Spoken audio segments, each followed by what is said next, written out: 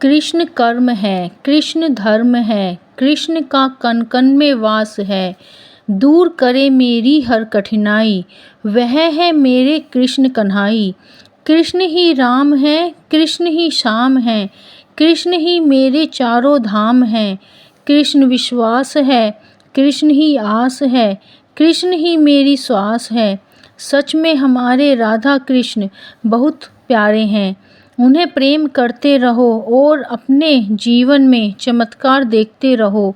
राधा कृष्ण के भक्तों का कभी भी पतन नहीं होता। आप सभी को राधे राधे। मैं फिर से लेकर आई हूँ एक और कहानी। उम्मीद करती हूँ ये सारी कहानियाँ आप सभी को अच्छी लगती होंगी ज़रूर। तभी तो आप इतने ध्यान से और प्यार से सुनते हैं। आप सभी के प्यार के लिए बहुत बहुत धन्यवाद। एक संत एक गांव में भागवत कथा करने के लिए गए।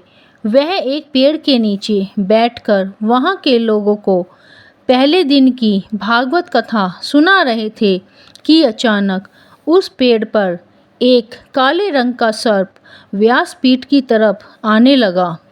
तो सब लोग घबराकर इधर उधर भागने लगे और कुछ लोग उस सर्प को डंडे से मारने लगे। तो संत जी ने कहा, इस सर्प को मत मारो, यह सर्प किसी को भी नहीं काटेगा। और एक चमत्कार हुआ। वह सर्प भागवत गीता के पास ही बैठ गया और भागवत सुनने लगा तथा पहले दिन, दूसरे दिन, तीसरे दिन ऐसे करते करते उस सर्प ने पूरे 7 दिन की भागवत सुनी और किसी को कुछ नहीं कहा। 7वें दिन की भागवत गीता सुनकर वह संत जी के चरणों में बैठ गया और सब कहने लगे, यह कोई पिछले जन्म का कर्म है। इसको तभी तो 7 दिन की भागवत गीता इतने आराम से बैठकर सुन रहा था। संत जी ने कहा, इसे भी प्रसाद दे दो, यह भी प्रसाद खाकर इस जन्म का कर्म पूरा कर लेगा। उस काले सर्प ने भागवत गीता का प्रसाद खाया और संत जी के चरण छूकर वह पता नहीं कहाँ चला गया। 14-15 वर्ष बीत गए तो उस संत के आश्रम में एक युवक आया और सबसे पूछने लगा कि वह संत जी कहाँ हैं जिन्होंने उस गांव में भागवत की थी। वह कहने लगे कि भैया क्या बात है, संत जी से क्यों मिलना है। वह युवक कहने लगा कि मुझे संत जी से कुछ कहना है, उन्होंने मेरा उद्धार किया है। वह सब उस युवक को लेकर संत जी के पास गए। उस युवक ने संत जी को देखा तो वह संत जी बहुत कमज़ोर और बूढ़े हो गए थे। वह युवक बोला, संत जी आपने मुझे पहचाना। संत जी ने कहा कि कौन हो तुम, मैंने नहीं पहचाना। उस युवक ने कहा, संत जी के चरण छुए और वही बैठ गया और रोने लगा। संत जी ने उसके सर पर हाथ रखा और कहने लगे, बेटा क्यों रो रहे हो, क्या हुआ, मुझे बताओ, हो सकता है तुम्हारी तकलीफ का कोई हल निकाल सकूं। वह युवक कहने लगा, आपने ही तो मेरा उद्धार किया है।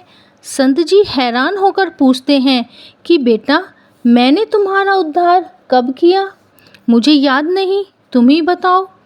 फिर उस युवक ने कहा कि संत जी आपको याद है, याद कीजिए, बहुत वर्षों पहले आप एक गांव में आए थे। वहां पर आपने भागवत गीता का पाठ किया था।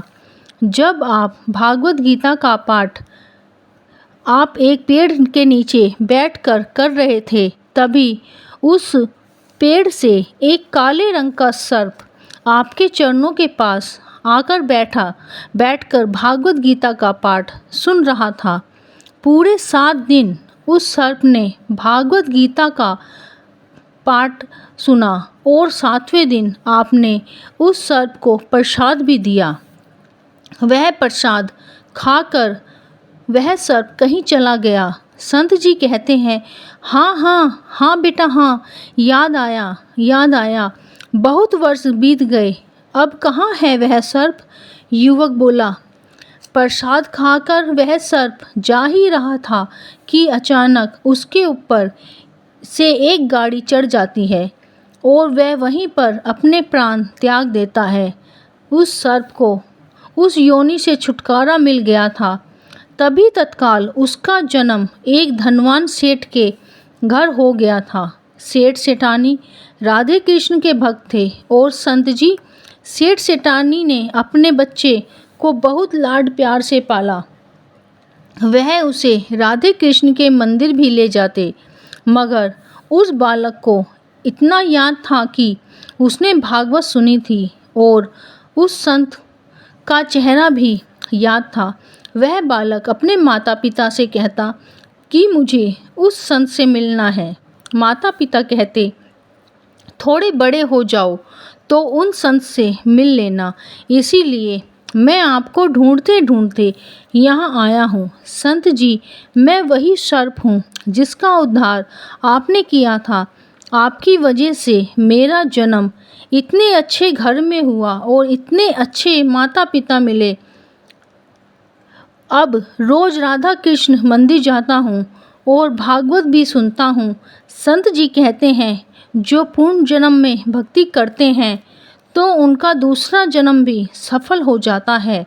राधा कृष्ण नाम लिखा है मेरे कण कण में, मगर मेरे राधा कृष्ण मिलेंगे मेरे ही मन में।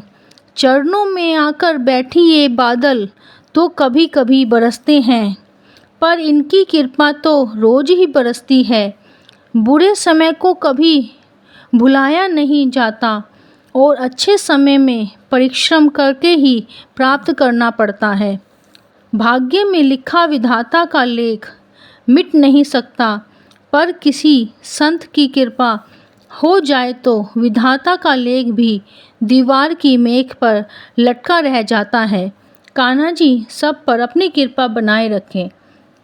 अगर आपको ये कहानी अच्छी लगे तो कमेंट में राधे राधे ज़रूर लिखना, लाइक सब्सक्राइब करना अगर अच्छी लगे तो।